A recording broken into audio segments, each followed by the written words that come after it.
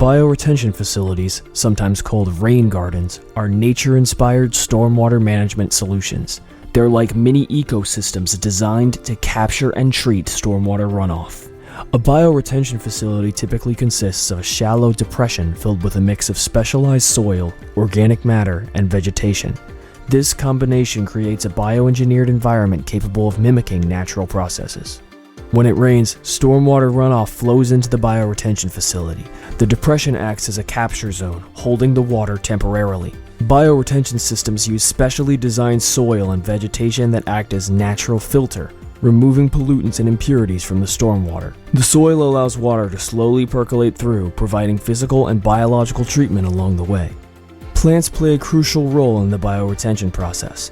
Their roots help stabilize the soil, and they absorb nutrients as they grow, further improving water quality.